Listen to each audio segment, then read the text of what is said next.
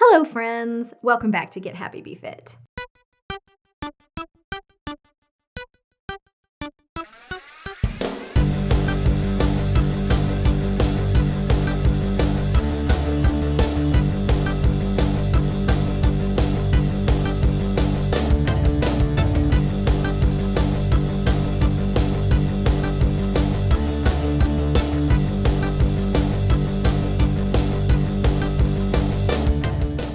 If you are watching the video podcast today, you will see that I have both my pups on my lap. Little Schnucka is having another IVDD flare-up, and so she has to be crated, and it's just so pitiful.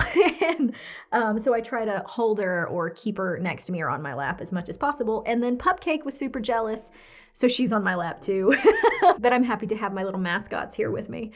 So today we are once again going to touch on the importance of pushing and challenging yourself, but from a different vantage point than the last time I did an episode on pushing yourself. This time is specifically talking about exercises that we avoid because they are particularly difficult for us. Right now, I am in the beginning phases of my NPC bikini competition prep for this year. I realize now that I have to specify NPC competition because some people thought I was saying I was prepping for bikini season, like I wanted to look good enough to wear a bikini. And I'm like, y'all, I'll wear a bikini all day at the size I am. No one needs to change their appearance to wear a bikini. This is very different, a very different goal, and no one should do this kind of prep just to be able to wear a bikini. Anyway, doing another bikini prep after so long has meant that I'm having to push through a lot more than I have in the past 8 to 10 months. My workout frequency and intensity has increased. I'm doing movements and circuits my body isn't used to anymore. And once I add running, I'm definitely going to be feeling it. But the last time I was prepping, I was running 6 miles a day, 6 days a week, and doing another hour of cardio in the same day. And while that was exhausting, it was still quite doable. And once I pushed through the first mile and the general fatigue of prepping in general, every cardio session felt great. So I know that when I push through the really difficult phase, not only in the beginning of the process, but during the difficult parts of each workout, it feels so much better than lackadaisical workouts with minimal effort. The hardest part is getting going. That's why you start small. Start with things you like and consistently push harder over time. Then start picking something that feels really hard, because the things that feel the hardest are showing us where we are the weakest, and pushing through those things until they're easier is one of the best feelings ever, and you will exponentially improve your results. But push yourself to your specific limits. Everyone is different. You don't have to do what someone else is doing. You just have to do what is challenging to you specifically. And knowing the difference between working to the point of injury and challenging yourself is important. You don't want to push yourself to injury, but you do want to feel challenged and really have to push through. As an example, as long as I have been working out and as hard as I've pushed myself with certain things, I have never been a fan of traveling lunges. And I got in great shape while totally avoiding them. But when I was bulking, my coach put 200 freaking traveling lunges on my plan. And I obviously couldn't do 200 to start. I think I did 50 the first week, which was horrible. I did eventually build up to doing the 200 on a regular basis, but the first 2 to 3 weeks really sucked. Then it got to where my body was used to them and they felt good. My balance got better, my range of motion got better, my strength got better, and my conditioning got better.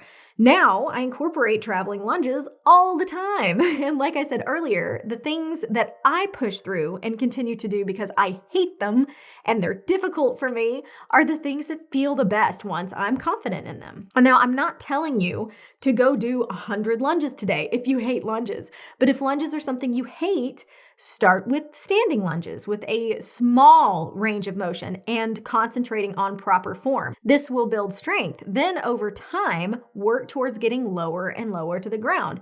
Then start traveling a little, maybe 1 or 2 lunges, keeping the range of motion doable. Don't start trying to get all the way down to the ground. This can apply to a lot of things. If it's hard, start small. Get your body used to it, then keep pushing. I guarantee it will get easier. And be careful how you push yourself internally.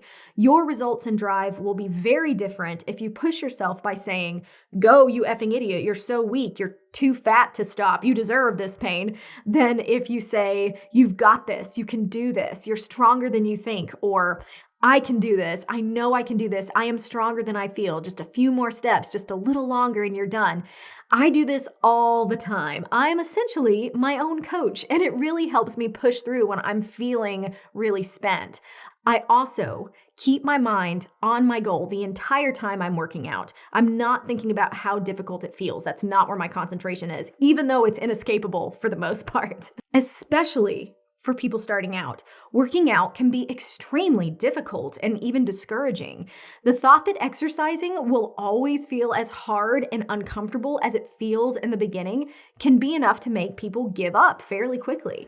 But it will not always feel that way. Your brain, your nervous system, and your muscles have to sync up with the new movements you're doing. You won't always have to think about form as hard as you do in the beginning.